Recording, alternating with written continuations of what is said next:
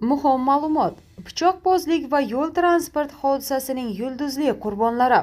Assalomu alaykum hurmatli tomoshabin. O'zbekiston sport olamida ro'y berayotgan eng so'nggi va muhim ma'lumotlardan doimiy xabardor bo'lmoqchimisiz? Hoziroq 3:5 uz kanaliga obuna bo'ling va bizni kuzatishda davom eting. O'zbekiston sport olamida ko'plab iqtidorli va mashhur sportchilar yetishib chiqqan. Afsuski, ular orasida hayot yo'lini fojiali tarzda yakunlaganlari ham yo'q emas. Pichoqbozlik yoki avtohalokat sababida yo'qotilgan bu sportchilar nafaqat qayd etilgan natijalari, balki jamiyatda tutgan o'rni bilan ham el-yurt xotirasida abadiy saqlanadi.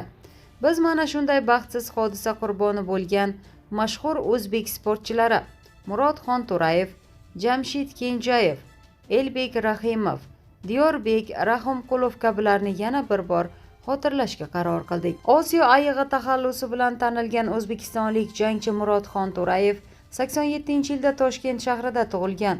U 2013-yilda MMA bo'yicha professional faoliyatni boshlaydi va bir qancha yutuqlarga erishadi.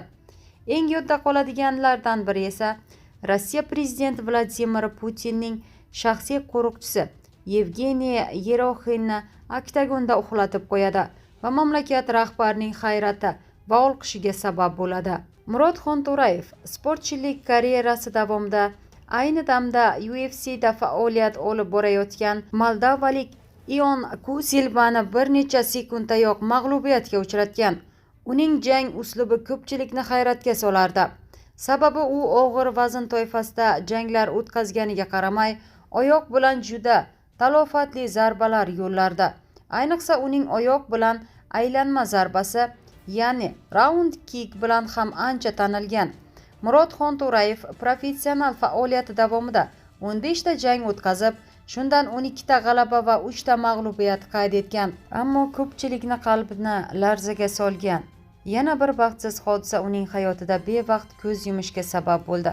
Aniqrog'i 2021-yil 19-iyul kuni soat 11:30 larda Toshkent viloyati Bo'stonliq tumanidagi 4B12 avtomobil yo'lining 68-kilometrida Xonto'rayev boshqaruvidagi BMW X5 rusumli avtomashina Lacetti rusumli avtomobil bilan to'qnashib, yo'ldan chiqib ketib ag'darilgan. Oqibatda Xonto'rayev voqea joyida vafot etgan. Uning sherigi esa tan jarohati bilan shifoxonaga yetkazilgan.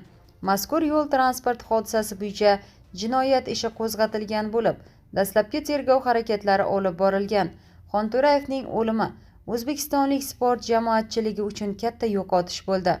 Murodxon To'rayev sport muxlislari yu mutaxassislarining yodida abadiy qoladi.